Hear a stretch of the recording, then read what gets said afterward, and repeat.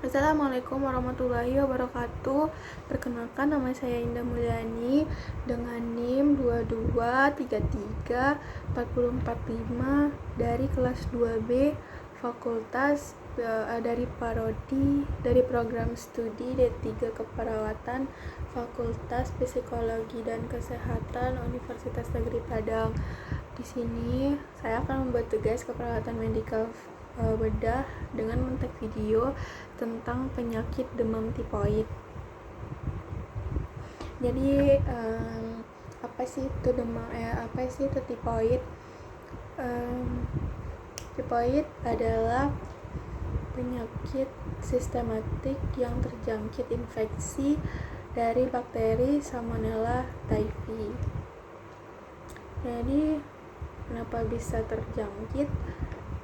Karena itu tergantung kepada hygiene setiap individu, hygiene lingkungan, dan memiliki minum dan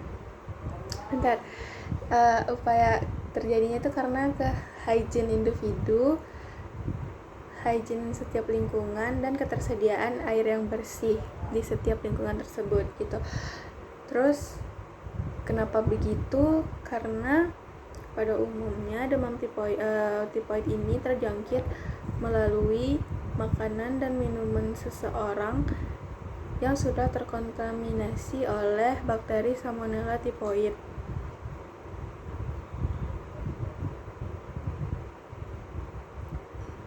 Terus tipoid ini biasanya menyerang usus halus dari penderita. Biasanya demam tipoid ini menyerang usus halus. Dan masa inkubasi tipoid ini paling cepat itu 7-12 hari. Namun penyakit ini bisa saja timbul sampai 3 dan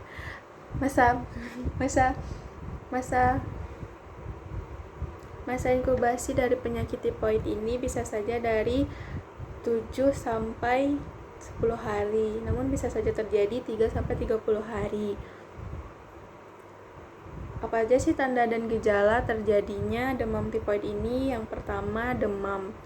Yang kedua, nyeri kepala. Yang ketiga, nyeri otot. Yang keempat, mual dan muntah. Yang kelima, menurunnya nafsu makan. Yang keempat, menurunnya nafsu makan. Yang kelima yaitu diare.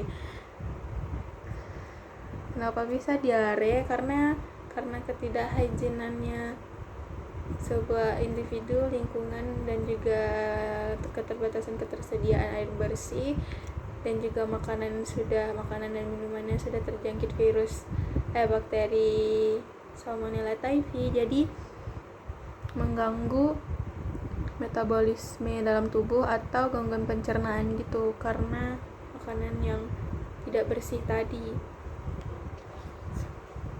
Terus apa saja sih upaya jika penyakit tipoid ini tidak langsung ditangani secara tepat, itu akan menyebabkan penyakit komplikasi yang akan menyebabkan demam dan diare. Selain itu akan menyerang ginjal dan paru, bisa menyerang usus halus, membuat usus halus pendarahan dan peradangan pada perut. Terus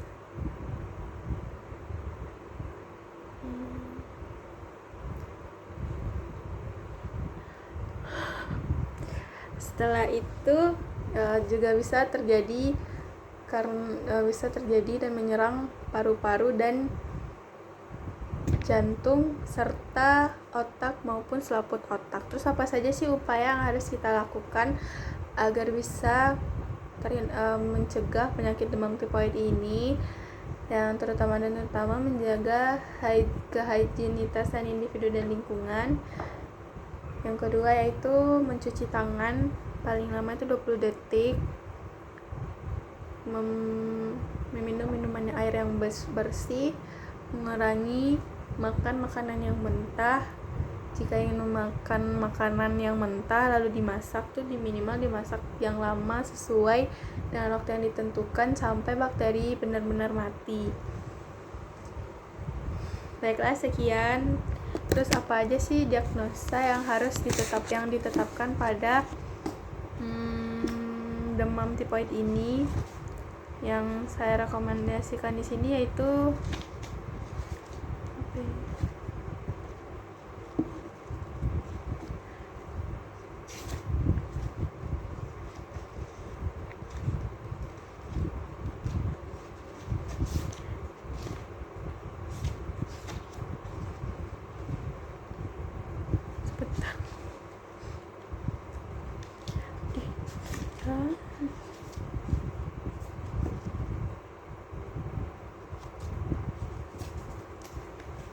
yang saya rekomendasikan diagnosanya yaitu defisit nutrisi, berhubungan dengan faktor psikologis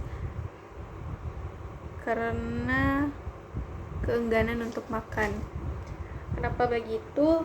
Karena pada demam tipoid ini si penderita mengalami menurunnya nafsu makan seseorang penderita ini, itu karena dia merasakan nyeri di abdomen dan membuat si penderita tidak nafsu makan.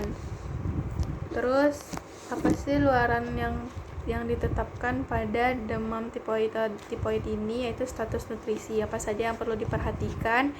Yang pertama, porsi makan yang dihabiskan meningkat, perasaan cepat kenyang menurun, nyeri abdomen menurun, diare menurun, berat badan membaik, indeks massa tubuh membaik, frekuensi makan membaik, nafsu makan membaik, bising khusus membaik.